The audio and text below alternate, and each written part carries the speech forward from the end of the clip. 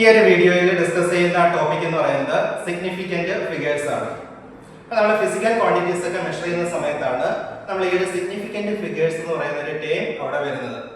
കാരണം നമ്മൾ ചില ക്വാണ്ടിറ്റീസ് മെഷർ ചെയ്യുമ്പോൾ അവിടെ ഒരു ഡൗട്ട് വരാം, അതായത് കറക്റ്റ് ആണോ ഇല്ലയോ എന്നുള്ള ഒരു ഡൗട്ട് വരാം.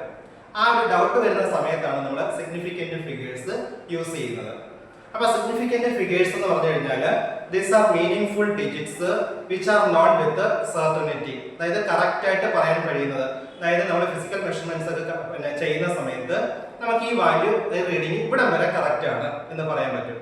അപ്പോൾ അതിനകത്തൊരു ചെറിയൊരു സംശയം വരും, ഇച്ചിരി കൂടുതലാണോ അല്ലെന്നുണ്ടെങ്കിൽ ഇച്ചിരി കുറവാണോ. അങ്ങനെ പറയുന്നതാണ് അൺസർട്ടനിറ്റി എന്ന പേരിൽ അറിയപ്പെടും.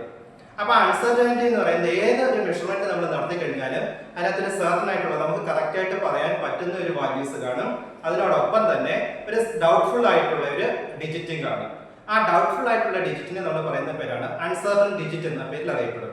കറക്റ്റ് ആയിട്ട് നമ്മൾ പറയുന്ന ഡിജിറ്റിനെ പറയുന്ന പേരാണ് സർട്ടൻ ഡിജിറ്റ് എന്ന പേരിൽ അറിയപ്പെടുന്നത്. അപ്പൊ അൺസർട്ടനിറ്റി എന്ന് പറയുന്നത് ഏതൊരു ഡിജിറ്റ് നമ്മൾ വാല്യൂസ് മെഷർ ചെയ്യുമ്പോഴും അതിന്റെ ലാസ്റ്റ് ഡിജിറ്റിന്റെ പ്ലസ് ഓർ മൈനസ് 1 ആയിരിക്കും. ഉദാഹരണത്തിന് നമ്മൾ വോളിയം മെഷർ ചെയ്യുമ്പോൾ വോളിയം 15.2 ആണെന്ന് നമ്മൾ വിചാരിക്കുക. നമ്മൾ മെഷർ ചെയ്ത വോളിയം 15.2 ആണ്. അപ്പൊ ഇതിനകത്ത് 15 എന്ന് പറയുന്ന വാല്യൂ സർട്ടൻ ആണ്, അതായത് ഇത് കറക്റ്റ് ആണ്. 15 എന്ന് പറയുന്ന വോളിയം കറക്റ്റ് ആണ്. പക്ഷെ 2 എന്ന് പറയുന്നത് ഒരു ചെറിയ സംശയമുണ്ട്, ഒരു അൺസർട്ടൻ ആണ്. അപ്പൊ ഈ അൺസർട്ടനിറ്റി എന്ന് പറയുന്നത് ഇവിടുത്തെ ലാസ്റ്റ് ഡിജിറ്റ് വരുന്നത് 2 ആണ്. ആ ലാസ്റ്റ് ഡിജിറ്റിലുള്ള അൺസർട്ടനിറ്റി എന്ന് പറയുന്നത് പ്ലസ് ഓർ മൈനസ് 1 ആയിരിക്കും. അതായത് ഇത് മീൻ ചെയ്യുന്നത് ഇതിൽ നിന്ന് 1 കുറയ്ക്കുക. 1 കുറച്ചു കഴിഞ്ഞാൽ 15.1 വരും.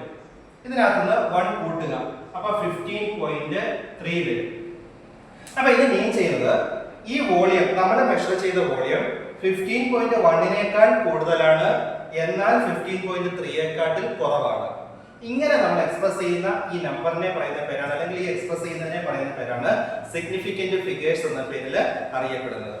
അപ്പൊ ഇത് നമ്മളൊരു പ്രത്യേക റൂൾസ് ഒക്കെ അനുസരിച്ചാണ് നമ്മൾ സിഗ്നിഫിക്കന്റ് ഫിഗേഴ്സ് കണ്ടുപിടിക്കുന്നത്. അത് ഈ പറയുന്ന വീഡിയോസിൽ പല വീഡിയോസ് ആയിട്ട് ഞാനത് യൂട്യൂബിൽ അപ്ലോഡ് ചെയ്തിട്ടുണ്ട്.